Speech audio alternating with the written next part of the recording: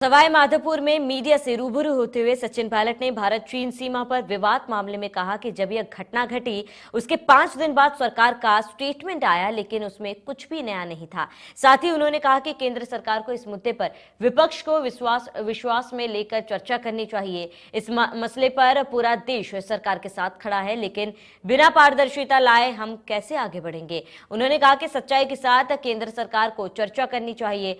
अगर सीमा पर चीन अतिक्रमण करना चाहते हैं तो उसका मुंह तोड़ जवाब देना चाहिए। वहीं उन्होंने ईआरसीपी को लेकर कहा कि केंद्र सरकार अब रेशो की बात करके भ्रम पैदा कर रही है और इस पूरे मामले में राजनीति कर रही है, जो ठीक नहीं है। उन्होंने और क्या कुछ कहा, आइए आपको सुनाते हैं। सरकार ने देखो, जब ये घटना घटी उसके 5 दिन बाद इसका स्टेटमेंट आया है और ऐसा कुछ नहीं आया स्टेटमेंट में जो अखबारों में नहीं आ रहा है। तो सरकार को चाहिए डिबेट उस पर हो, चर्चा करें, विपक्ष के लोगों को कॉन्फिडेंस मिले। पूरे देश की एक एक जनता, एक एक नागरिक हमारी फौज के साथ खड़ी हुई है। इसमें पार्टी की कोई बात ही नहीं है। लेकिन हमारी सीमाओं पर अगर टेंशन है, अगर लगातार वहाँ आक्रमण हो रहा है या अतिक्रमण करने की कोशिश की जा रही है, तो उसको मुंह तोड़ जवाब देना चाहिए। और पूरा देश सरकार के साथ खड़ा है, लेकिन कम से कम बिना पारदर्शिता लाए हम कैसे आगे बढ़ेंगे। सच्चाई के साथ चर्चा करें और हमारे लोगों को संबल दें। हमारे जवान, हमारे सैनिक, हमारे फौजी, उन पर हमें फक्र है। हम अपना शीश नमन करते हैं उनके सामने, और उनके समर्थन में पूरा देश साथ खड़ा रहेगा। प्रधानमंत्री 2 बार इस प्रोजेक्ट को राष्ट्रीय प्रोजेक्ट घोषणा करने की बात कर चुके हैं। खुद राजस्थान आके 2 बार उन्होंने बोला। अब जब केंद्र सरकार असहयोग कर रही है और राज्य सरकार करना काम चालू कर दिया, अब इस प्रकार के भ्रम पैदा करने की मैं समझता हूँ कोई ज़रूरत नहीं है। अगर उनकी नीति और नीयत साफ होती तो बहुत पहले हमारा सहयोग करते।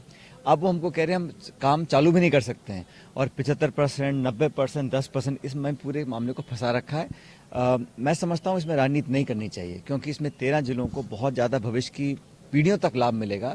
तो हम तो अपना काम चालू रखेंगे। मैं उम्मीद करता हूं केंद्र सरकार, जो खुद प्रधानमंत्री जी कमिट कर चुके हैं, सिर्फ उस बात पर कायम रहें, पूरा सहयोग करें, इसको राष्ट्रीय परियोजना घोषित करें। और राज्य सरकार जो इनिशिएटिव ले रही है उसका समर्थन करना चाहिए। कमियां निकालना, डीपीआर पर उंगली उठाना, फिर परसेंटेज की बात करना, अब मैं समझता हूँ क्योंकि चुनाव से 12 महीने दूर है, दबाव पड़ रहा है, इसलिए इस प्रकार के स्टेटमेंट दे रहे हैं। अगर उनका मन होता तो बहुत पहले इसमें जो शुरुआती दौर में हमारी मदद करते। खुद देख रहे हैं जिस प्रकार का माहौल क्षेत्र में है, जिस उत्सुकता से, जिस ऊर्जा से लोग, आमजन, सिर्फ कांग्रेस कार्यकर्ता नहीं, इसमें नौजवान, बुजुर्ग, किसान, महिला, बच्चे, कर्मचारी, सब लोग जुड़ रहे हैं। और ये मुद्दा राहुल जी ने उठाया है वो बड़ा प्रासंगिक है, और मुझे लग रहा है कि देश में, प्रदेश में इस बात को लोग स्वीकार कर रहे हैं कि आज जो मूलभूत सुविधाएं हैं, महंगाई है, करप्शन है, भ्रष्टाचार, बेरोजगारी, उन सब मुद्दों को लेकर राहुल जी बात कर रहे हैं, लोगों का समाधान ढूंढने की कोशिश कर रहे हैं।